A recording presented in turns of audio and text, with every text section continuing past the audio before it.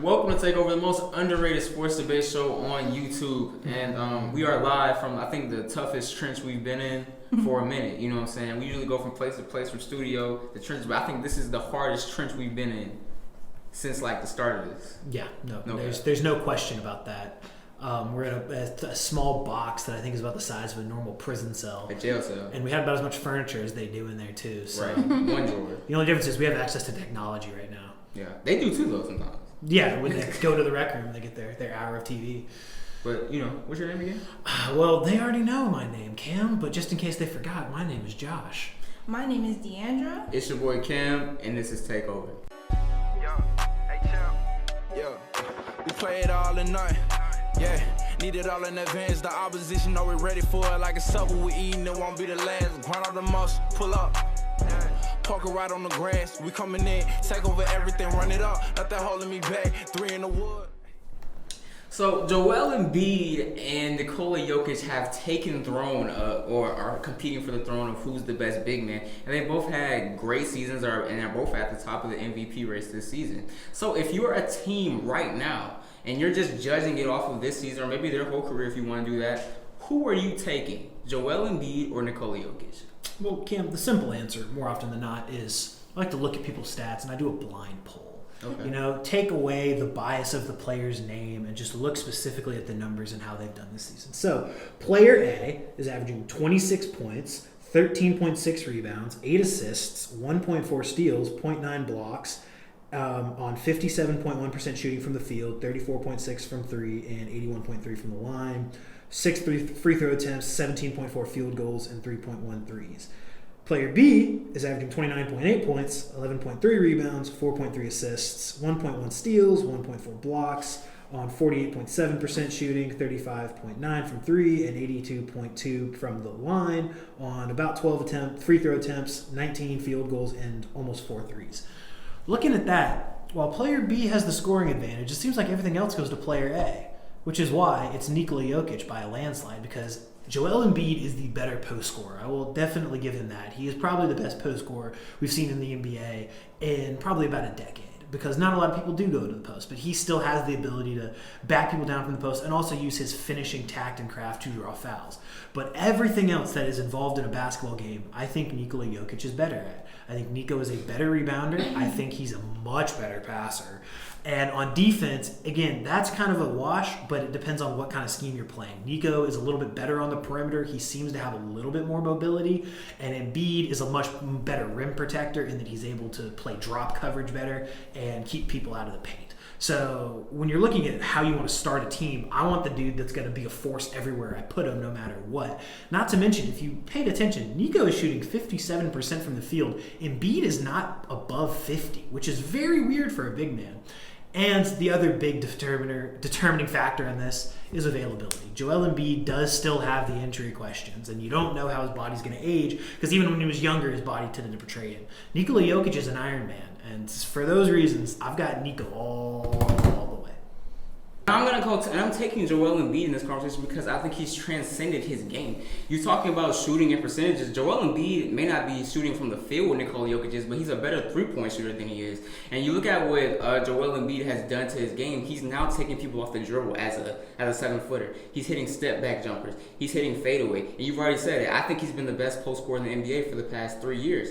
Not to mention he's doing all this and averaging 8.5 personal fouls per game. They can't guard him without fouling him. And he's getting double teamed almost every play and still averaging 30 points. Not to mention when he gets fouls, he's hitting his shots. He's shooting 80% from the free throw line as well. So Joel Embiid as a package is just hard to contain. And you say that Nikola Jokic is a better passer than him, which he definitely is. But I think Joel Embiid has definitely matured in the post as far as passing. He's not going against so many double teams. I think he's deferred a little bit more. And I think that's good for the development of what Joel Embiid's doing. Not to mention Joel Embiid has been dominating the other great bigs in the league. If you look at stat for stat wise, January 17th, he played Giannis, outscored him, gave him 42. He played Jokic on the 14th, gave him 34. The Nuggets won that game, I'll give him that. But he definitely outplayed Nikola Jokic during that entire game. And if you look at February 25th, he gave Cat 34. I mean, he dominates all the other bigs that you can really put him against. And I think besides the numbers and what sets these two apart is the swagger and arrogance to me, for what Joel Embiid does. If you're a teammate of someone like that, you can definitely get riled up by it. You see Joel Embiid, he's not just trying to beat you, he's trying to embarrass you. And if you're a teammate, you get on with the swagger that he's bringing upon, it's contagious. Everyone's balling out on the 76ers. Look at what Tyrese Maxey's doing with all the people that gravitate towards Joel Embiid are doing, especially on the defensive end. So I'd rather have Joel Embiid just because of the swagger, just because he's a scorer. And you talk about passing, you talk about how good this is, but I don't think a lot of people would take LeBron James over Kevin Durant at this point in his career, and I would say LeBron James is the way better passer right now. But and LeBron's also 38. What fall off though? What LeBron averaging? 27 this season? 28? Yeah, and he's missed more games this season than normally he misses ever. That's fine, but I'm just saying the buckets is what makes the game. All right, so when it comes to Joel Embiid and Nikola Jokic, they're very similar. When you can look at stats, you can look at their team's records, you can look at everything. They're certainly both great players. And like I'm pretty sure everyone already knows, Nikola Jokic is obviously, he's having a crazy season, and he's arguably the MVP depending on who you ask. But when it comes to offensively, I would say Jokic is a mastermind when it comes to playmaking and making his teammates better. His vision and IQ is ridiculous. But if we're talking about offensive scoring ability, I think Joel Embiid shines a little more than Nikola Jokic, because no one can really guard Joel Embiid, and many people put Joel Embiid in the conversation with Kevin Durant as far as when it comes to who can guard who. And you look at him, and he's 7 foot, 280 pounds. When you look at his versatility, being able to score, he can shoot from the three, he can hit the mid-range shot, and he can play with his back to the basket as well. Adding on to the fact that he's 7 foot, 280 pounds, Joel Embiid plays with a little more physicality and a little more dominance than Nikola Jokic, in my opinion. And if we're talking about centers, I think that's very important in the NBA. And Nikola Jokic has made strides on the defensive side of the ball to where he's not a liability anymore. Joel Embiid is an elite defender, and to me, it matches up with what he does on the offensive side of the ball as well. Joel Embiid provides rim protection, he provides shot blocking, he can defend perimeter players, and he's good with the help defense as well, and he can move around and defend pick and rolls as well. And he is more athletic, in my opinion, he's more agile, and to me, he's just a complete package when it comes to defense. And as far as playmaking, like you talked about, Josh, I'm not comparing Joel Embiid to Jokic playmaking skills, but just like Jokic made strides to be a better defensive player, Joel Embiid has certainly made strides to be a better playmaker. Like you talked about the double teaming, his decision making is better in the double team situations. He can find teammates on the open perimeter, he can find teammates driving through the lane, and he's making no look passes and full court passes just like Jokic. It's not to the extent of Nikola Jokic, but he is making those passes. And so it really depends what you want. Do you want an elite defender or do you want an elite playmaker? But I would take Joel Embiid because it comes with, he can give me a little bit of playmaking as well, and he can give me the scoring versatility as well. So that's why I'm going with Joel Embiid. Man, out of all people, Kim, I would think you would be the one to pick Nico, because you're the one that knows the value of the triple-double. You've grown up idolizing it, and yet here we are picking against the triple-double. Makes you think a little bit. I see what y'all are saying, and again, realistically, if you had to start a franchise with Joel Embiid, I don't think anybody's going to throw a hissy fit about that. But if we're talking about these two players side by side, I see what y'all are saying with the scoring, and I admitted to it too. He's probably a better one-on-one ISO ball-in-hand scorer.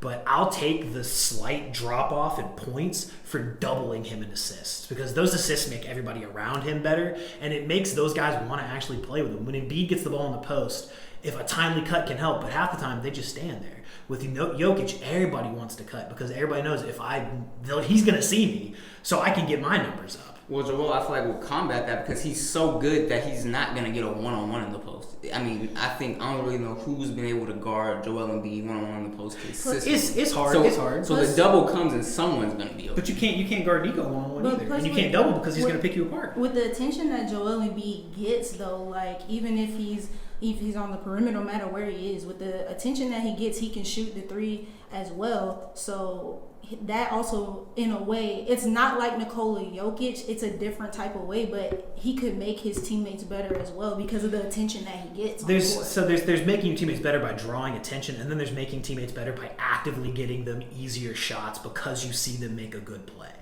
So it's you're right, it's different. The fact of the matter is Nico's been to the conference finals and Embiid still hasn't gotten out of the second round. So as far as I'm concerned, that's all you need to know. Without Jamal Murray, the Suns put him in drop coverage. You know what I'm saying? Well, he made the Western Conference Finals, and Embiid had Ben Simmons and Tobias Harris and Jimmy Butler, and they couldn't win. You said Ben Simmons. Hold on. Let's not disrespect Simmons. Ben Simmons like he isn't a 5-position defender. Yeah, but he doesn't score the ball at all. He shouldn't have to score the ball. Oh my God. Draymond Green has become a great player. The Jimmy Butler 9. team lost to Kawhi Leonard, who won the finals. Even if you're talking about Ben Simmons, if you're looking at everybody else, Maxey really just started recently coming into himself. Then you're looking at Thibault, who's an offensive liability. Tobias Harris regresses every single year. So I hate that. Without Joel Embiid on the court, that team is not They had nearly to as effective. go. They had to go get him And a they were superstar top, just for them to be. and they were a top seed even without the James Harden trade. I think you could say that in the tougher conference. So I think that kind of factors in there too. Give me the passer. Give me the heliocentric guy. Anyway, Trae Young moving on. 20 times per game. Go ahead. Moving on, the NFL has had quite the free agency period. Trades, signings, a whole bunch of other stuff that we can't even get into. But we're going to specifically be talking about free agency signings right now. What do you think was the best move in free agency for an NFL squad? To me, the Dolphins completely won free agency. Believe it or not, I know it sounds crazy. Because of the trade? No. It's a number of things. Look, the Dolphins went and got Teron Armstead, who's a 3-time Pro Bowler, to protect my boy Tua Tagovailoa, who I still believe in. Since today, hold on, Josh. You can comment after I'm done. Tua's coming this year, all right? He's coming. You keep sleeping on my boy. You got to surround him. Hey. You got to surround him. And just in case, hold on. And if he doesn't perform, they got Teddy B. All right? So you need to relax. You need to relax on me. Jeez. Today, they got a top 5 receiver in Tyreek Hill to pair up with the other speedster, Jalen Waddle, who I feel like is going to be extremely hard to cover. Jalen Waddle already had broke the record for receptions as a rookie, 102 catches. They go get Raheem Mostert, who when healthy is an absolute problem. They go get Cedric Wilson from the Cowboys, another person who creates a lot of space. He ranked top 20 in separation before the catch. And Miami's defense is always humming. So, I believe with all these offensive pieces they put together and their strong defense, they could really be a sleeper team and an underdog coming out of the AFC. So I wouldn't say, to me, this is a big move, but I wouldn't say, like, in the eyes of social media, it wouldn't be a big move because it kind of got overshadowed by some of the other moves in free agency because a lot happened, as you alluded to. But I think Von Miller going to the Buffalo Bills is a very big move, in my opinion. First, let's look at the contract. So this is a 6-year. This is a 6-year deal for a $120 million contract. So that's averaging $17.5 million a year. And the only guaranteed money is really throughout the first 3 years. So if you have the option, you can either keep Von Miller or you can use the money for bonuses, restructures, or signing other potential players. But when you look at the Buffalo Bills, they really didn't have any places to fill with their team. That in the essence, really, they were one game away basically one game away from the Super Bowl if you think about seconds. it. Literally. So if I had to improve the Bills, though, in any way, the improvement I would make is honestly adding a piece that would allow you to get to the quarterback. And really the question for the Bills has always really been, what can we do to get past the Kansas City Chiefs? And seeing as though they got rid of Tyreek Hill, we'll comment on that later. But that's why I think bringing an edge rusher like Von Miller is very important. I think you have to be able to get after a quarterback like Patrick Mahomes, especially when you have a whole lot of talented quarterbacks in the AFC as of right now. And the Bills, I feel like they felt like this was the move that they needed to do to get them over the hump. And when you look at the Bills' defense was already good. You had Tre'Davious White, Tremaine Edmonds, Micah Hyde, and other players. And you're adding on Von Miller, who brings the veteran experience as well. And you look at the defensive front, you have Gregory Rousseau, Ed Oliver, and AJ Epineza, who Von Miller can really mentor since they're so young. And the team can really look up to Von Miller and say, hey, he's been to the Super Bowl. We can look up to him. He knows what it takes to get there. And it's very good for Von Miller, too, because he has the potential to win another Super Bowl before ending his career, and he's being paid his value, and he's going to be able the fact that he's able to get contracts like this at 33 years old is good as well. So I kind of excluded trades from mine because we were specifically talking about free agency. Because if we were talking about that's just me, because I feel like trades are a whole different conversation because of the amount of picks that you're giving up and whatnot. If that was true, I'd have like 17 moves to talk about. Anyway, you guys know the Cincinnati Bengals, correct? Joey B. I'm kind of familiar. I say 5 times the quarterback that Tua is, already got a Super Bowl. Already got a Super Bowl appearance on his resume. I'm gonna say the winner of free agency so far is easily the Cincinnati Bengals, because Cincinnati had one big weakness and they went out and they replaced Eli Apple? No, they brought Eli Apple. But you can hide Eli Apple because he's not exactly your number one corner. Okay. We saw Joey B run for his life the entire season, especially in the postseason. I almost died because I was holding my breath after Joey B got hit in the knee in the Super Bowl and got up hobbling. But in free agency, they went out and they got Alex Kappa, Ted Karras, and Lael Collins. Some very above average NFL starters on the offensive line, which is hard to find in the NFL. More often than not, you're getting replaceable level guys. So the fact that they were able to get all 3 of those guys and neither of them are going to make more than $10 million a season is incredible value, especially with Joe Burrow still on his rookie contract. So considering they just went to the Super Bowl, I know the Super Bowl hangover is very real, but the fact that they went to the Super Bowl and they've now fixed the biggest reason why they lost that game and they still have their picks to make up for any other weaknesses they have, as far as I'm concerned, Cincinnati is looking like a borderline favorite here. Just saying. The AFC is going to be a bloodbath. But Cincy might be the best positioned. I think the Bills are winning the Super Bowl, and the Cincinnati Bengals have to prove to me that they weren't a fluke. Personally. That's going to remember if I ever saw Tua Tagovailoa's got to prove to me he's an NFL starting quarterback. Josh! He won 8 straight games last season, but it's all right. But look. What you have anything to say? Bro, my childhood has been destroyed over the span of a week and a half. Not just Matt Ryan, Freddie Freeman leaving too, man. These are guys I grew up on. So I can't really put into words that. Like, I know I said like whatever to Drew Brees, but like it's. Well, you know, I had the goodbye to Drew. I can't have a goodbye to Matt because it still doesn't feel real, and I don't want to cry on air.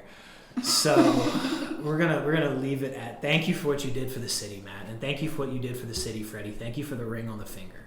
Matt Olson is slightly better. But we will never sack somebody like that in New Orleans. We appreciate that, Matt. Go ahead. I actually had a question for you, actually. Okay. So, if you're a Takeover OG, you probably remember this episode. So a long time ago, you said that Tua was going to be the number 1 quarterback in the draft. And, you know, since we brought up the Bengals and we brought up Miami. He's going to be better than Jamar. So I just want to know, is Tua still the number 1 quarterback in that draft? Nah, he's not. I'll give it to Joey B. Watch out for my boy Tua. Watch out for him. Didn't Herbert get drafted? He did. So he's the number 3 quarterback. Yeah, look. That's crazy. He's got to get right. Give him a chance. Give him his last chance. His last dance. Oh, to add on to what I had to say also, guys, just so you know, the auction or whatever you want to call it for the free T-shirt is now closed. You missed the bus. You missed it. I'm so sorry, but you can still buy one at jnationcreations.com. Link will be in the description. Go check it out. Speaking of shout-outs, I know this is a long outro, but there's a person on this cast who has their own podcast. And I'm surprised they haven't tried to promote it one time. Essence of Greatness. If you like the statistician over here, the guy who talks about baseball the most, I've never seen anybody talk about baseball the way he does. So if you're a baseball guy, Essence of Greatness. Baseball or Atlanta sports. If you want to see me and my friend cry together about the sadness of what goes on here within the state of Georgia, I'll be there to give the laugh. Link will be in the description. And that's our episode. Takeover out. Yeah, need it all in advance. The opposition know we're ready for it. Like a supper we eating, it won't be the last. Grind all the muscle, pull up. Parker right on the grass. We coming in, take over everything, run it up. Nothing holding me back. 3 in the wood, rushing.